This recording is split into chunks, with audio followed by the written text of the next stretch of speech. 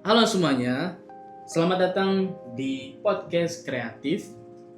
Hari ini kita bakal mendalami terkait perdebatan klasik mengenai dunia desain, yaitu antara Figma dan Canva. Nah, di sini saya nggak bakal ngebahas sendiri soal Figma dan Canva karena nanti akan kita ulik dari sahabat-sahabat kita yang mereka sering berinteraksi atau sering menggunakan Canva maupun Figma di dalam kesehariannya. Mari kita sambut teman saya yaitu Hilmi dan Aradi.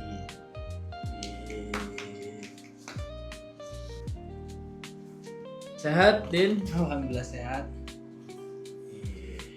Sehat, Mi? Sehat, alhamdulillah. Ya, gimana kabarnya Hilmi, Aradin? Alhamdulillah sehat. Ya, sehat ya. Sehat. Tadi kesini naik apa? Tadi naik motor sih kesini. Naik motor ya? Iya. Kalau Aradin naik apa? Ojek. Motor berarti ya? Iya, motor. Nah, orang-orang yang sering menggunakan Canva maupun Figma. Di sini ada Hilmi. Oke, Hilmi ini salah satu teman saya yang sering menggunakan Canva. Dia sering menggunakan Canva untuk mengerjakan tugas. Bahkan sempat ikutan lomba ya, Hilmi ya. Pernah Mantap. pas semester 5 kalau salah. Semester 5. Iya, kemarin. Selanjutnya di sini kita ditemani sama Aradin. Aradin ini udah pasti kalian pada kenal. Ini dia sering banget muncul di media sosial kampus. Insya Allah. Aradin merupakan mahasiswa STT Terpadu Nurul Fikri yang dia sering menggunakan Figma dalam mengerjakan tugasnya, dalam mengerjakan pekerjaannya. Dan Aradin ini juga aktif di UKM STT Terpadu Nurul Fikri pada periode 2024 dan 2025. Tuh. Nah mungkin selain saya yang bakal menjelaskan di sini, saya bakal nanya-nanya nih ke Hilmi dan Aradin. Mungkin sebelumnya boleh dong perkenalkan diri terlebih dahulu. Gitu. Gak siapa dulu? Hilmi dulu boleh ya. Ya, baik semuanya. Gua kenalin, nama saya Hilmi Zain. Terus habis itu saya dipanggil Hilmi. Terus saya sekarang sedang gua jalani kuliah di semester 7 dari prodi BD di kampus STTNF. Ya, jadi saya saat ini sedang jalan semester 7, terus juga sekarang sedang gua nyusun TA juga. Selain TA juga saya sekarang tergabung dalam sebuah UKM usaha dari semester 5 yang namanya itu Zanjus ya. Jadi kayak gitu. Terima kasih Hilmi perkenalannya. Selanjutnya Radin boleh perkenalkan diri terlebih dahulu. Oke, perkenalkan nama saya Aradin Daksana Ikhlas, bisa dipanggil Radin. Sama seperti Hilmi, teman saya. Saya itu di semester 7 saat ini di prodi Bisnis Digital, tentunya di kampus STT Terpadu Nurul Fikri. Dan untuk semester ini sama juga lagi penulisan untuk TA dan ya sembari kuliah, terus juga aktif lah untuk fokus di bagian membantu bisnis UMKM di bagian kreatifnya. Sama ya berarti ya, kita semua masih sama-sama kuliah. Oh iya lupa. Jadi di sini moderator atau MC belum memperkenalkan diri. Gitu. Jadi perkenalkan diri itu sebelumnya. Nama saya Muhammad Ali Zulfikar. Di sini saya sebagai moderator di podcast kreatif ini. Dan saya sama seperti teman saya yaitu Aradin dan juga Hilmi, yaitu berkuliah di STT Terpadu Nurul Fikri yang sedang menjalankan di semester 7 sekarang. Dan sama kita juga sibuk di tugas akhir. Oke. Mungkin langsung kita pindah topik lagi, kita mengerucut lagi ke soal menganalisis terkait pendapat kalian nih. Menurut kalian tuh sekarang Figma sama Canva tuh posisi di ekosistem desain dunia saat ini tuh seperti apa ya? Menurut kalian? Mungkin dari Aradin dulu. Saya dulu ya. Untuk saat ini, untuk lebih fokusnya itu kalau di Figma itu lebih fokus yang udah UI UX designer. Bahkan untuk yang baru pun bisa. Cuman lebih kayak proses adaptasi dengan banyaknya tools dan banyaknya fitur itu kayak agak mungkin lebih ketahan lah. Terus juga mungkin nggak akan semudah seperti yang kayak di platform lainnya yang ada tuh sudah tersediakan ada drag and drop ataupun ada fitur yang udah tinggal template diambil. Di sini tuh benar-benar manual dari nol, dan ya disitulah challenge-nya buat orang-orang yang harus ya desain udah biasa lah. Jadi kayak udah dari yang untuk prototyping atau untuk mockup itu mungkin lebih udah harus terbiasa. Lanjutkan dengan Ya, baik, jadi mungkin kalau misalnya dari gua Kanva sendiri untuk saat ini tuh dia dia tuh udah famous banget mungkin buat kalangan pelajar dan buat anak kuliahan gitu. Jadi dia udah famous banget nih karena dia tuh paling sering dipakai untuk buat tugas-tugas mereka gitu, biasanya contohnya buat pelajar-pelajar atau anak-anak kuliahan yang kadang tuh suka ada tugas bikin PPT atau tugas bikin poster buat brandnya dia atau buat misalnya pas saat mereka punya event atau apa gitu kan, mereka kan pasti harus bikin poster dulu kan. Nah jadi tuh kayak kadang tuh mereka bikin posternya di Canva itu. Nah jadi dari gua Canva ini tuh dia kayak selain emang udah famous, terus juga dia tuh emang simple gitu cara makainya gitu, dan juga banyak template-template yang sudah ini dari Canva-nya. Iya. Iya gitu. Tinggal pakai. Iya. Jadi gampang. Mungkin seperti itu sih. Mungkin sebelum jauh gitu, saya di sini pengen nanya terkait pengalaman teman-teman, terkait pengalaman Aradin, terkait pengalaman Hilmi yang menggunakan tools yang kalian pilih gitu. Mungkin boleh dari Aradin dulu, mungkin pengalaman apa yang Aradin pernah bikin di si Figma ini. Ya, kalau dari Figma pun pengalaman saya sendiri itu awalnya tuh kayak agak kaget sih ya, kayak ini tuh platform sebenarnya untuk mockup HP atau tampilan kayak lebih user interface itu lebih ke buat mobile ataupun laptop lah. Jadi kayak orang mau merancang aplikasi ataupun tampilan desain web itu di situ. Cuman sempat kepikiran untuk men-challenge diri sendiri, dan banyak juga influencer bilang kalau Figma itu sebenarnya bisa buat lain-lain loh, nggak cuman kayak gini doang. Dan diulik-ulik ya itu bisa bikin PPT, bisa bikin PDF, karena emang udah ada grid dan untuk desain-desainnya. Jadi kayak kita harus belajar rasio dan lain-lain. Jadi kayak udah pasti tampilannya itu nggak acak gitu loh, udah pas di tengah, bagaikan di Word lah kalau misalnya udah ada margin sama gini-gini, jadi nggak akan berantakan. Dan untuk desain pun lebih dipermudah kan, jadi kayak kita itu benar-benar base dari nol, jadi nggak kayak langsung udah ada template tapi langsung kita harus obrak-abrik tiba-tiba langsung hancur. Nah ini harus benar-benar dari kita sendiri yang merancang, jadi lebih ke situ. Pengalamannya mungkin Aradin yang pernah dibikin di Figma. Oh ya, pengalamannya ya. Jadi pas waktu selama ini saya udah mencoba membuat poster, terus mendesain juga untuk packaging dari makanan, minuman, itu udah dicoba dengan saya untuk membuatkan stiker-stikernya, dan kebetulan juga itu jadi pengalaman mockup juga ya. Iya, mockup yang juga itu. Mungkin challenge-nya kalau misalnya mockup kayak gelas dan itu masih terbatas sih. Jadi untuk mockup kayak buat nih kalau desain website-nya nanti seperti ini atau buat di mobile seperti ini tuh ada. Berarti lebih ke bikin prototype gitu nggak sih? Iya.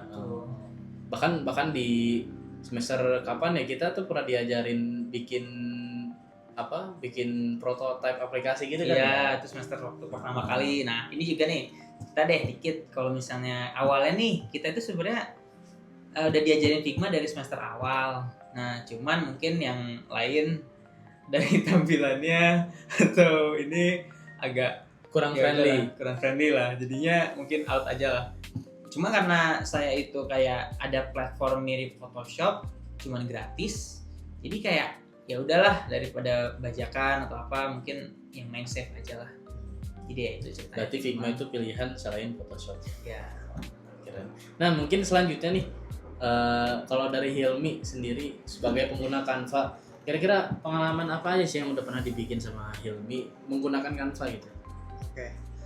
Jadi kalau misalnya dari buat saya sendiri tuh, saya kalau di Canva tuh mungkin kayak buat menulis tugas-tugas kuliah sih, tugas-tugas kuliah, terus juga tugas-tugas yang ada buat kaitannya tuh kayak buat apa, kayak buat desain gitu, contohnya kayak poster buat PPT, terus juga buat proposal juga gitu kan. Karena saya juga maksudnya selain apa, buat selain kuliah itu saya juga yang pas tadi yang pas tadi saya pas awal bilang, saya tuh juga tergabung dalam buat Janjus itu kan. Nah jadi saya tuh pas sama di sana tuh saya juga mensupport gitu, kayak support kayak misalnya ada tugas untuk bikin PPT atau misalnya ngebantu tim desain untuk bikin poster atau yang lainnya gitu kan. Nah itu juga saya pernah juga pakai Canva itu untuk lomba gitu. Jadi selain hanya buat tugas kuliah sama tugas kelompok saya dari Canva ini juga pernah dipakai untuk lomba juga sih. Juara? Enggak sih. Oh enggak. Cuman buat ikut doang terus kalah. Jadi ikut serta lah. Itu jangan patah semangat, berarti masih ada peluang-peluang berikutnya yang menanti Hilmi gitu. Jadi kalau ada peluang lagi buat ikut lomba, ikutan lagi. Enggak sih, udah. Wah, Udah kapok. Udah lulus. Iya. Oke, udah lulus. Oke. kita lanjut ke pertanyaan selanjutnya. Masih terkait pendapat teman-teman. Kan tadi kan mungkin saya mau tanyain dulu deh terkait kelebihan dan kelemahan dari masing-masing tools yang teman-teman gunakan. Gitu. Boleh di-spill dulu dari Radin. Oke, untuk Figma ya, tadi sudah dibahas ya seperti pada awal video.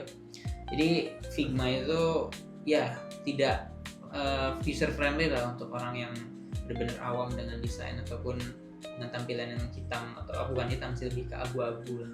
Jadi kayak nggak eye catchy, mungkin lebih ke orang-orang yang ya kalau yang pengen terang, yang colorful atau apapun kayak Figma itu bisa disetting, cuman kayak nggak terlalu banyak lah. Terus kalau dalam segi apa ya, kayak kelebihan itu bagus banget buat mockup untuk website, untuk mobile tuh enak banget. Terus dalam segi tampilan juga kalau misalnya udah orang desainer ini banget, ini paling fleksibel gitu loh. Udah ada plugin kalau misalnya mau nambahin mungkin. Nah di sini kelemahannya nih, dia itu nggak ada yang kayak elemen-elemen buat nambahin image ataupun apa, cuman ada di bagian plugin. Nah di situ itu ada bagian yang bayar. Jadi mungkin kayak orang-orang yang serba-serbi gratis itu akan ya ada apa kayak big wall gitu lah, bener-bener terhalangi lah untuk mendapatkan resource-nya. Tapi untuk kayak pembayarannya itu dia sebanding nggak sama apa yang ditawarkan oleh Figma ini?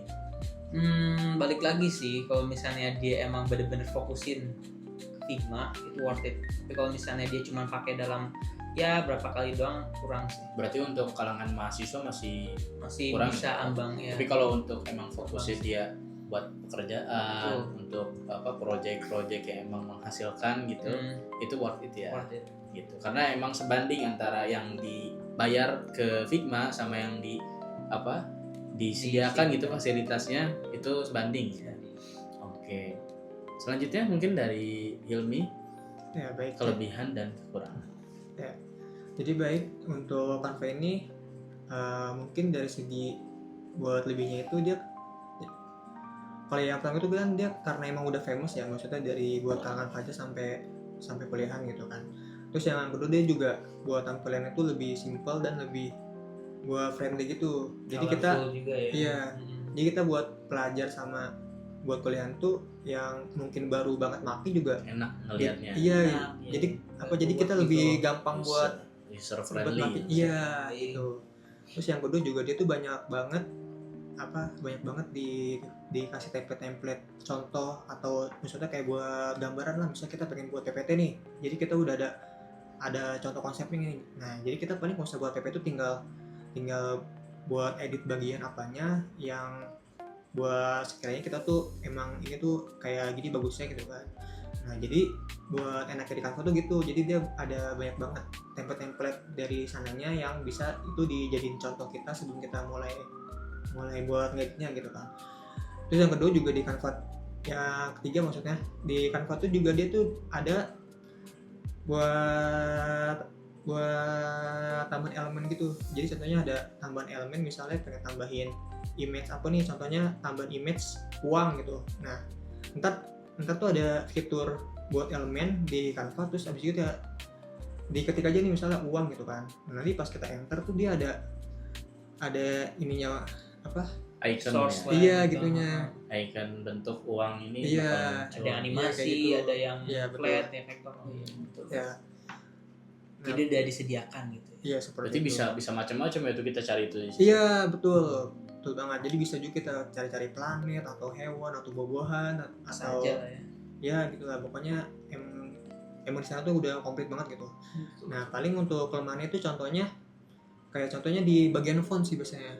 Contoh kan contohnya kayak kita nih pengen buat masukin font apa gitu kan, tapi tuh di yang Canva itu kagak ada gitu. Tapi kita maksudnya tuh kagak ada ini juga, fiturnya juga buat masukin font dari luar Canva buat masukin ke buat Canva gitu kan.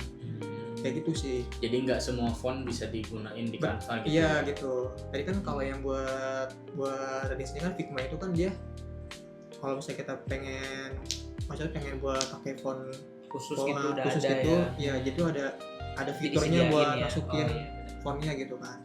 Nah kalau di yang Canva ini tuh nggak ada gitu. Jadi kalau misalnya kita punya font yang kita suka tapi di yang Canva nggak ada, ya berarti udah gitu kan, nggak bisa gitu.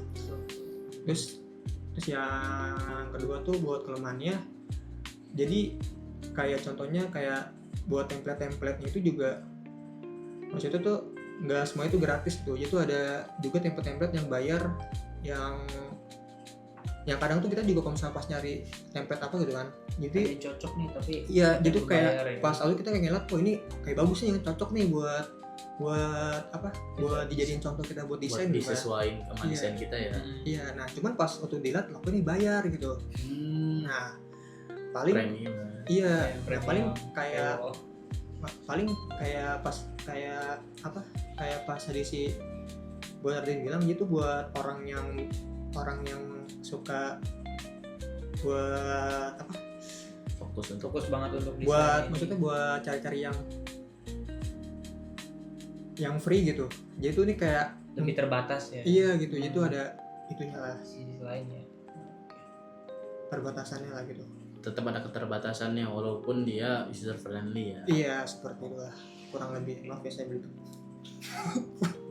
Soalnya yang pengen gua jelasin di sini tuh otak sama di mulut tuh kayak Susah. belibet gitu. Misalnya apa? Jadi gue bingung anjir cara. Gak apa-apa bro. Santai aja.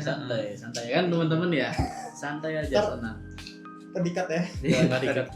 Anjir. Natural ini udah. Anjir natural. Oke teman-teman, mungkin kita masuk ke tahap yang terakhir, yaitu belum terakhir sih, masih seperempat terakhir gitu.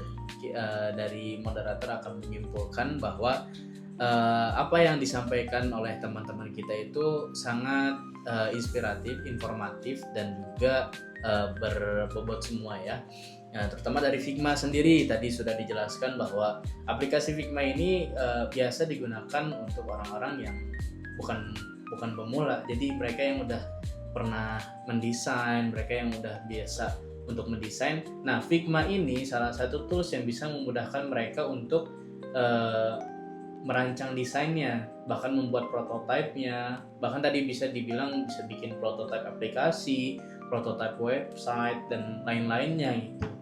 Nah, namun di balik itu Figma tetap memiliki kekurangan, yaitu tadi masih ada plugin yang berbayar untuk lebih dalamnya lagi. Memang sebenarnya seperti aplikasi-aplikasi pada umumnya, mereka yang pastinya menawarkan fasilitas yang lebih premium lagi, namun harus berbayar. Nah, selanjutnya mengenai Canva, tadi sudah dijelaskan bahwa Canva ini dia sangat familiar di kalangan pelajar, di kalangan mahasiswa, dan pastinya sering digunakan untuk memenuhi tugas-tugas mereka, untuk memenuhi membuat PPT, membuat proposal, dan lain-lain gitu. Sehingga pastinya di kalangan pelajar, kalangan mahasiswa udah nggak asing lagi dengan menggunakan Canva ini. Namun berhubungan tadi sama dengan Figma juga, di Canva ini ada yang premiumnya, ada yang perlu berbayarnya. Dan walaupun di Figma ini bisa bervariatif, dia bisa menggunakan elemen sebanyak-banyaknya, dan ada beberapa yang harus kita premium dulu gitu. Nah, tapi dari sini bisa disimpulkan bahwa Canva bisa menjadi pilihan untuk orang-orang yang masih awam dalam mendesain, dan juga mereka-mereka yang memang memiliki bakat untuk mendesain itu lebih cocok ke penggunaan Figma. Itu mungkin dari moderator sendiri. Nah, mungkin yang terakhir kita akan bertanya ke teman-teman kita di sini, yaitu mengenai insight atau pesan-pesan ke para penonton. Mulai dari Radin dulu. Oke, insight-nya mungkin lebih, janganlah berhenti untuk berkarya karena desain itu timeless. Desain itu timeless. Ya pokoknya diartikan sendiri aja. Oke, selanjutnya insight atau pesan dari Hilmi untuk para penonton.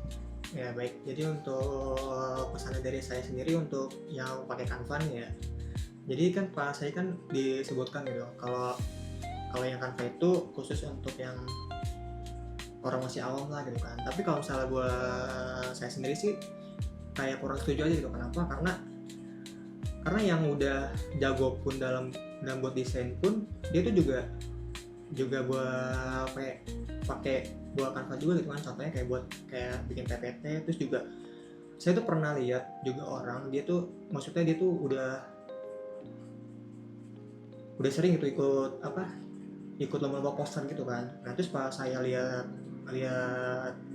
sosmednya gitu kan, jadi tuh dia pas waktu bikin buat poster tuh lewat Canva juga gitu. Jadi karena dianya udah sering buat lomba nih, terus juga dia buat sering menang juga kan. Terus habis itu juga karena emang yang dia buatnya itu emang keren-keren gitu, jadi dia emang keren banget itu lah buat posternya gitu kan.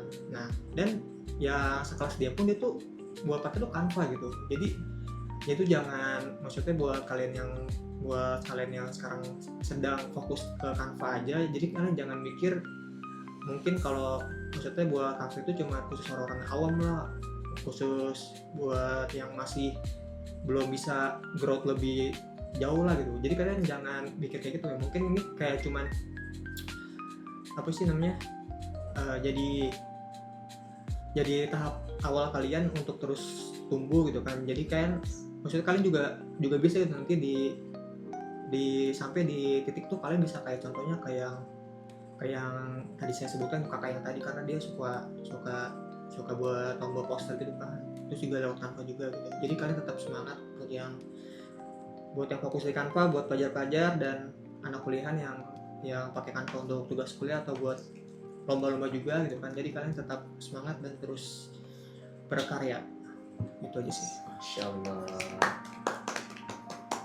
Alhamdulillah. Sekarang sebelumnya saya ucapkan terima kasih ke Hilmi dan Aradin yang sudah bersedia untuk menjadi narasumber di podcast kreatif kita gitu. Karena tadi sudah berdiskusi, semoga episode podcast pada hari ini bisa membantu teman-teman semua dalam menentukan tools mana yang cocok untuk teman-teman gunakan gitu, dan juga menemani perjalanan desain teman-teman semua. Nah, untuk itu kami pamit undur diri. Dari moderator, mohon maaf apabila ada salah-salah kata. Kurang lebihnya mohon maaf. Assalamualaikum warahmatullahi wabarakatuh.